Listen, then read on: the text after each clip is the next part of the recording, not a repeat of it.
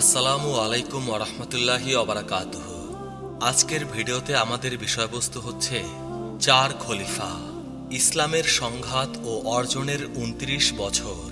ইসলামের শেষ নবী হযরত মুহাম্মদ সাল্লাল্লাহু আলাইহি ওয়াসাল্লাম ইন্তেকাল করেন ৬৩২ সালের ৮ই জুন। তার ইন্তেকালের মাধ্যমে একটা জটিল প্রশ্ন দেখা দেয়, কে হবে এই বিশাল ইসলামী উম্মার প্রধান? শেষ নবী সাল্লাল্লাহু আলাইহি ওয়াসাল্লাম যেহেতু কাউকে মনোনীত করে যাননি এবং খলিফা কিভাবে নির্ধারিত হবেন তারও কোনো সমাধান দিয়ে যাননি, তাই বারবার জটিলতা তৈরি হয়েছে ইসলামের খলিফা নির্ধারণে।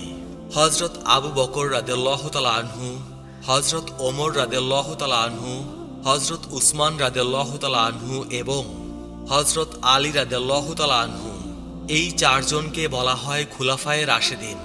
এরাই খলিফাদের মধ্যে শ্রেষ্ঠ। এই খলিফারা মহানবী সাল্লাল্লাহু আলাইহি সাল্লামের ইন্তেকালের পর ২৯ বছর ইসলামী রাষ্ট্রের নেতৃত্ব দেন। কিন্তু কিভাবে ইসলামের এই চার খলিফা নির্ধারণ হলো? কারা এবং কেন এই চারজনকে ইসলামের খলিফা নির্ধারণ করল? আবু বকর রাদিয়াল্লাহু তাআলা আনহু, তার খলিফার সময়কাল ছিল ২ বছর, ৬৩২ থেকে ৬৩৪ খ্রিস্টাব্দ। চারজন খলিফার মধ্যে সবচেয়ে প্রবীণ ছিলেন আবু বকর সিদ্দিক রাদিয়াল্লাহু তাআলা আনহু। সম্পর্কে তিনি মহানবী সাল্লাল্লাহু আলাইহি সাল্লামের শ্বশুর ছিলেন। আবু বকর সিদ্দিক রাদিয়াল্লাহু তাআলা আনহুয়ের মেয়ে আয়েশা রাদিয়াল্লাহু তাআলা আনহা ছিলেন প্রিয় নবী সাল্লাল্লাহু আলাইহি সাল্লামের প্রিয়তম স্ত্রী। মহানবী সাল্লাল্লাহু আলাইহি সাল্লামের ইন্তেকালের সাথে সাথে মদিনায় একটা শোরগোল তৈরি হয়ে যায়, কে হবেন ইসলামের প্রথম খলিফা। মদিনায় আনসার ও মুজাহির দুই পক্ষ জোরালোভাবে তাদের নেতাকেই প্রথম খলিফা বানাতে চাইলেন। আনসার মানে মদিনার স্থানীয়রা এই দাবি করল যে তারা যেহেতু মুহাম্মদ সাল্লাল্লাহু আলাইহি সাল্লামকে ইসলামের শুরুর দিকে সর্বাত্মক সহযোগিতা করেছিলেন এবং ইসলামের সুরক্ষা দিয়েছিলেন, তাই তাদের গোত্র থেকেই প্রথম খলিফা নির্ধারণ করা হোক।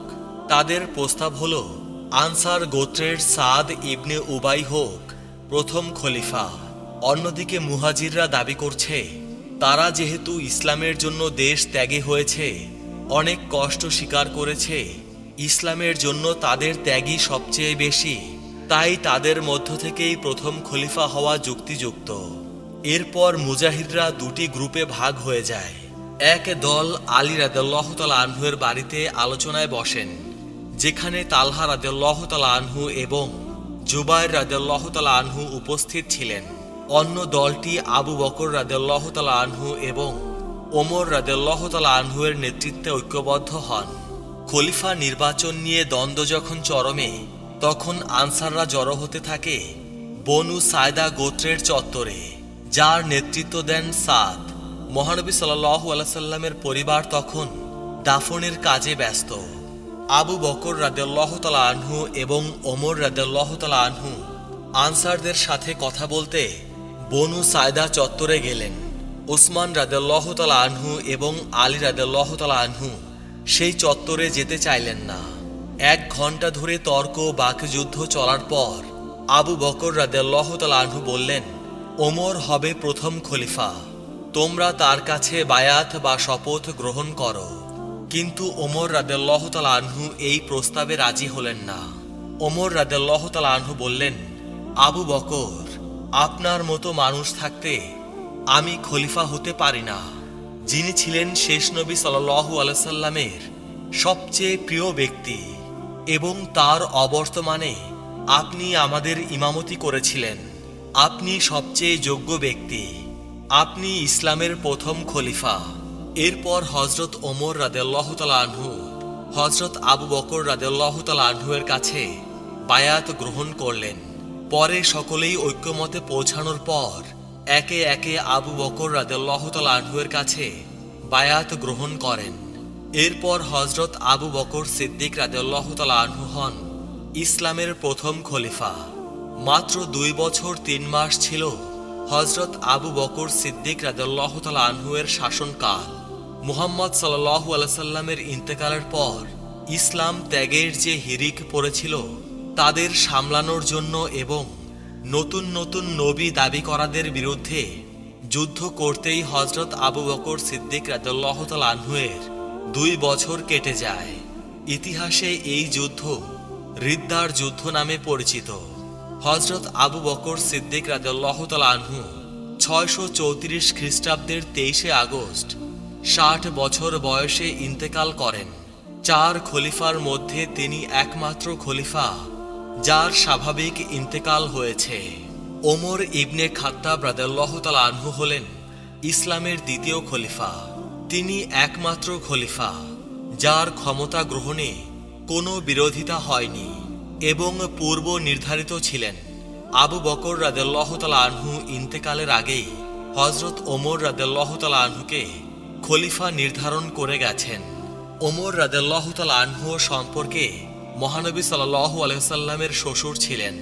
ওমর রাদিয়াল্লাহু তাআলা আনহু-এর আমলে ইসলামী রাষ্ট্র সবচেয়ে বেশি বিস্তার লাভ করে। আরবের সকল গোত্রকে সামলানোর পর পারস্য এবং বাইজেন্টাইন সাম্রাজ্য ওমর রাদিয়াল্লাহু তাআলা আনহু-এর দখলে চলে আসে। দ্বিতীয় খলিফার আমলে জেরুজালেম মুসলমানদের দখলে আসে। ইসলামের এই জয়ের পেছনে সবচেয়ে বেশি ভূমিকা ছিল ইসলামের সিংহ নামে পরিচিত খালিদ বিন ওয়ালিদ রাদিয়াল্লাহু তাআলা আনহু-এর। তিনি তার বাহিনী নিয়ে যে দিকে গেছেন সেই দিকেই ইসলামের পতাকা পথ পথ করে উড়েছে।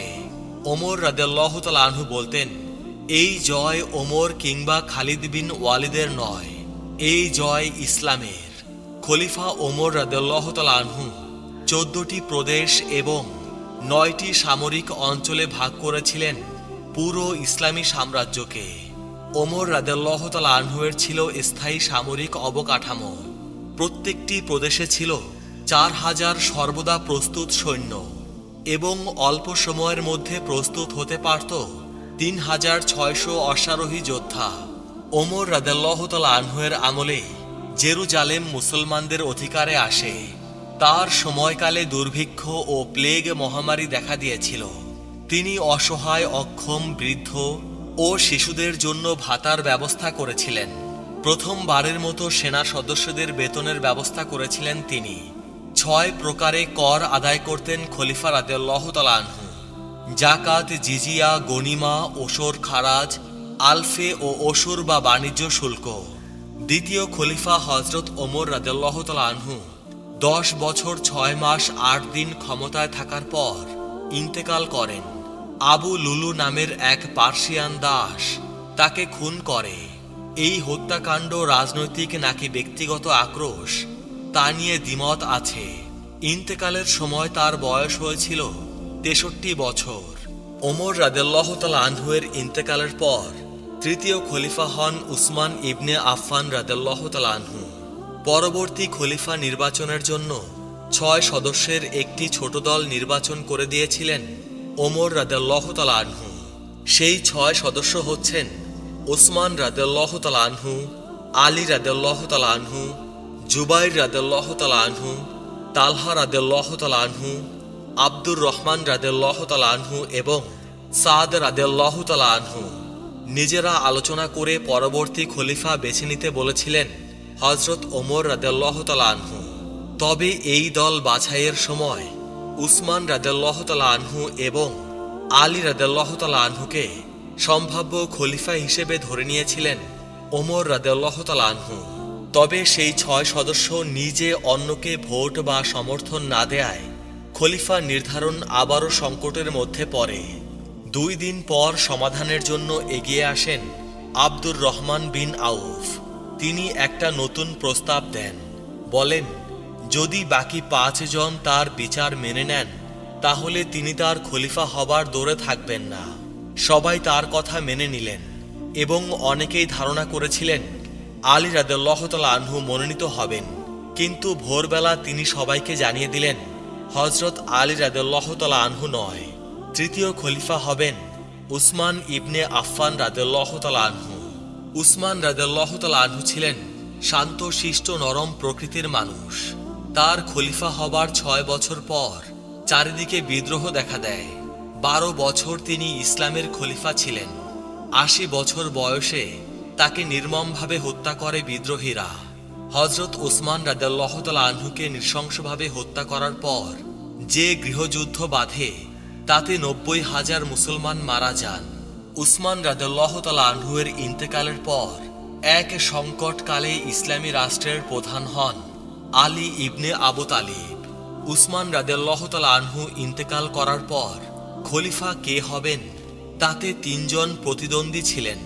একজন ছিলেন আলী রাদিয়াল্লাহু তাআলা আনহু এবং অন্য দুজন হলেন তালহা রাদিয়াল্লাহু তাআলা আনহু এবং জুবাইর রাদিয়াল্লাহু তাআলা আনহু। হযরত আলী রাদিয়াল্লাহু তাআলা আনহু যেহেতু মহানবী সাল্লাল্লাহু আলাইহি সাল্লামের চাচাতো ভাই এবং একই গোত্রের, তাই অনেকে মনে করেন আলী রাদিয়াল্লাহু তাআলা আনহুরই প্রথম খলিফা হবার কথা ছিল, কিন্তু তাকে বাদ দিয়ে ইতোমধ্যে তিনজনকে খলিফা করা হয়েছে, যা অনেক মুসলমান মেনে নিতে পারেননি। আর এই মনোভাব থেকেই ইসলামে শিয়া আর সুন্নি নামে দুটি শক্তিশালী ধারার সৃষ্টি হয়। তৃতীয় খলিফাকে হত্যার পর প্রথম ৭ দিন অস্থায়ী সরকার পরিচালনা করেন বিদ্রোহীরা। গাফিকি ইবনে মাক্কি ছিলেন এর প্রধান। তারা জানত একটা কার্যকর খেলাফত সরকার গঠিত না হলে এই বিদ্রোহ একটা অপরাধ হিসেবে ধরা হবে, তাই তারা ব্যস্ত হয়ে গিয়েছিল সরকার গঠন করতে। কিন্তু আলী রাদিয়াল্লাহু তাআলা আনহু, তালহা রাদিয়াল্লাহু তাআলা আনহু কিংবা জুবাইর রাদিয়াল্লাহু তাআলা আনহু কেউই এগিয়ে আসছিল না ক্ষমতা গ্রহণ করতে। বিদ্রোহী দল এবং মদিনাবাসীর কাছে হযরত আলী রাদিয়াল্লাহু তাআলা আনহুর সমর্থক ছিল সবচেয়ে বেশি। প্রথমে বারবার প্রস্তাব নাকচ করার পরেও খলিফা হিসেবে পদ নেন হযরত আলী রাদিয়াল্লাহু তাআলা আনহু। এরপর ইসলামের চতুর্থ খলিফা হলেন হযরত আলী ইবনে আবু তালিব রাদিয়াল্লাহু তাআলা আনহু। শিয়াদের মতে আলী রাদিয়াল্লাহু তাআলা আনহু ছিলেন প্রথম খলিফা। তাদের মতে এর আগের ৩ খলিফা নির্বাচিত হয়েছিল মহানবী সাল্লাল্লাহু আলাইহি সাল্লামের ওসিয়তকে অমান্য করে, তাই আগের ৩ খলিফাকে শিয়ারা মানেন না। খলিফা হবার সাথে সাথে হযরত উসমান রাদিয়াল্লাহু তাআলা আনহুর হত্যাকাণ্ডের বিচারের জন্য হযরত আলী রাদিয়াল্লাহু তাআলা আনহুর ওপর প্রচণ্ড চাপ আসতে থাকে। উসমান রাদিয়াল্লাহু তাআলা আনহুর হত্যাকাণ্ডের বিচার করার শর্ত দিয়ে আলী রাদিয়াল্লাহু তাআলা আনহুকে খলিফা হিসেবে মেনে নিয়েছিল তালহা ও জুবাইর রাদিয়াল্লাহু তাআলা আনহু। কিন্তু বিদ্রোহীদের প্রায় সকলেই আলী রাদিয়াল্লাহু তাআলা আনহুকে সমর্থন দেয়ায় খলিফা উসমান রাদিয়াল্লাহু তাআলা আনহুর হত্যার বিচার করা প্রায় অসম্ভব হয়ে পড়েছিল। এরপর প্রভাবশালী ২ সাহাবী আলী ও জুবাইর রাদিয়াল্লাহু তাআলা আনহু মক্কায় অবস্থানরত মহানবী সাল্লাল্লাহু আলাইহি সাল্লামের স্ত্রী আয়েশা রাদিয়াল্লাহু তাআলা আনহার সাথে যোগ দেয়। ওসমান রাদিয়াল্লাহু তাআলা আনহুর হত্যার বিচার দ্রুত না করায় হযরত আলী রাদিয়াল্লাহু তাআলা আনহুর বিরুদ্ধে মহানবী সাল্লাল্লাহু আলাইহি সাল্লামের স্ত্রী আয়েশা রাদিয়াল্লাহু তাআলা আনহা যুদ্ধ ঘোষণা করেন। উটের পিঠে করে যুদ্ধের মাঠে এসে নেতৃত্ব দিয়েছিলেন আয়েশা রাদিয়াল্লাহু তাআলা আনহা। এই যুদ্ধ ইতিহাসে উটের যুদ্ধ কিংবা জঙ্গে জামাল কিংবা বসরার যুদ্ধ নামে পরিচিত। আলী রাদিয়াল্লাহু তাআলা আনহু এই যুদ্ধে জিতে যায়। তালহা ও জুবাইর রাদিয়াল্লাহু তাআলা আনহু ইন্তেকাল করেন। এই যুদ্ধে হারার পর হযরত আয়েশা রাদিয়াল্লাহু তাআলা আনহাকে মক্কায় পাঠিয়ে দেন আলী রাদিয়াল্লাহু তাআলা আনহু। এরপর তিনি আর কখনো জনসম্মুখে আসেননি। অন্যদিকে আলী রাদিয়াল্লাহু তাআলা আনহুর সবচেয়ে বড় বিরোধী সিরিয়ার গভর্নর মুয়াবিয়া রাদিয়াল্লাহু তাআলা আনহু আলী রাদিয়াল্লাহু তাআলা আনহুর খেলাফতকে অস্বীকার করেন। তখন শুরু হয় সিফফিনের যুদ্ধ। যুদ্ধে যখন মুয়াবিয়া রাদিয়াল্লাহু তাআলা আনহু হারতে বসেছিল, এমন সময় শঠতার আশ্রয় নেয় মুয়াবিয়া রাদিয়াল্লাহু তাআলা আনহু। তার সৈন্যরা তরবারি মাথায় কুরআন বেঁধে যুদ্ধ করতে থাকে। আলী রাদিয়াল্লাহু তাআলা আনহুর সৈন্যরা তখন হতাশ হয়ে যায়। যুদ্ধ বিরতি দিয়ে মুয়াবিয়া রাদিয়াল্লাহু তাআলা আনহু আলী রাদিয়াল্লাহু তাআলা আনহুর সাথে প্রহসনের এক আলোচনায় বসে। যুদ্ধ বিরতিকে মেনে নিতে পারেনি খাওয়ারিজ গোত্রের মুসলমানেরা। সেই আলোচনা ও মধ্যস্থতায় এমন হয় যে আলী রাদিয়াল্লাহু তাআলা আনহু নয়, মুয়াবিয়া রাদিয়াল্লাহু তাআলা আনহুকে পরবর্তী খলিফা ঘোষণা করা হয়। আলী রাদিয়াল্লাহু তাআলা আনহু এই রায় শোনার পর আবার মুয়াবিয়া রাদিয়াল্লাহু তাআলা আনহুর বিরুদ্ধে যুদ্ধের প্রস্তুতি নেয়। এমন সময় খাওয়ারিজ নামের গোত্র বিদ্রোহ করে বসে। তারা মুয়াবিয়া রাদিয়াল্লাহু তাআলা আনহুর সাথে প্রথমে আলোচনায় না বসার জন্য আলী রাদিয়াল্লাহু তাআলা আনহুকে সতর্ক করেছিল। খাওয়ারিজ গোত্র মনে করতে শুরু করে মুয়াবিয়া রাদিয়াল্লাহু তাআলা আনহুর বিরুদ্ধে প্রথমে যুদ্ধ বন্ধ করে আলী রাদিয়াল্লাহু তাআলা আনহু কাফের হয়ে গেছে। তাই আলী রাদিয়াল্লাহু তাআলা আনহুকে প্রথমে তারা বলে তওবা করতে, না হলে তারা আলী রাদিয়াল্লাহু তাআলা আনহুর পক্ষ নেবে না। প্রস্তাবে বিরোধিতা করে আলী রাদিয়াল্লাহু তাআলা আনহু। আলী রাদিয়াল্লাহু তাআলা আনহু বলেন, আমি কোনো ভুল করিনি, আমি বাধ্য হয়েছিলাম যুদ্ধ বিরতি দিতে। আলী রাদিয়াল্লাহু তাআলা আনহুর এমন কথাতেও পরিস্থিতি শান্ত হলো না। পরিস্থিতি এমন হলো যে খাওয়ারিজদের রেখে সিরিয়া গেলে রাজধানী কুফা ও বসরা দখল হয়ে যেতে পারে। বাধ্য হয়ে আলী রাদিয়াল্লাহু তাআলা আনহু মুয়াবিয়া রাদিয়াল্লাহু তাআলা আনহুর সাথে যুদ্ধের আগে খাওয়ারিজদের সাথে যুদ্ধের ঘোষণা দেয়। যুদ্ধে ৯,০০০ খাওয়ারিজ মারা যায়, মাত্র ৯ জন খাওয়ারিজ বেঁচে থাকে। এই যুদ্ধের পর তার সৈন্যরা আর সিরিয়া আক্রমণ করতে যেতে রাজি হলেন না। তাই আলী রাদিয়াল্লাহু তাআলা আনহু কুফায় চলে আসলেন। খাওয়ারিজরা মনে করেন মুসলমানদের মধ্যে এই গৃহযুদ্ধের জন্য ৩ জন ব্যক্তি দায়ী, আর তারা হলেন হযরত আলী রাদিয়াল্লাহু তাআলা আনহু, মুয়াবিয়া রাদিয়াল্লাহু তাআলা আনহু এবং আমর ইবনে আস। তাদেরকে একসঙ্গে হত্যা করতে পারলে ইসলামের শান্তি ফিরে আসবে বলে তারা বিশ্বাস করে। তাদের কথা মতো ৩ জনকে একসঙ্গে হত্যার উদ্দেশ্যে বের হয় ৩ জন খাওয়ারিজ। মুয়াবিয়া ও আমর রাদিয়াল্লাহু তাআলা আনহু বেঁচে যান, কিন্তু তাদের আঘাতেই শহীদ হন ইসলামের চতুর্থ খলিফা হযরত আলী রাদিয়াল্লাহু তাআলা আনহু। সেদিন ছিল শুক্রবার। মুয়াবিয়া রাদিয়াল্লাহু তাআলা আনহুর সাথে আলী রাদিয়াল্লাহু তাআলা আনহুর তখন যুদ্ধ বিরতি চলছিল। এমন সময় কুফায় জুম্মার নামাজ পড়ার সময় আলী রাদিয়াল্লাহু তাআলা আনহুকে বিষ মাখা তরবারি দিয়ে এক খাওয়ারিজ আঘাত করে। বেঁচে যাওয়া খাওয়ারিজ নেতা আব্দুর রহমান ইবনে মুরাদি। আহত হবার ২ দিন পর মারা যায় খলিফায়ে রাশিদিনের শেষ খলিফা হযরত আলী রাদিয়াল্লাহু তাআলা আনহু। তখন তার বয়স হয়েছিল ৬০ বছর কিংবা ৬৩ বছর। খলিফা আলী রাদিয়াল্লাহু তাআলা আনহু ক্ষমতায় ছিলেন মাত্র ৪ বছর ৯ মাস। আর এভাবেই শেষ হয় ইসলামের স্বর্ণযুগ নামে খ্যাত খুলাফায়ে রাশিদিনের ২৯ বছরের যুগ।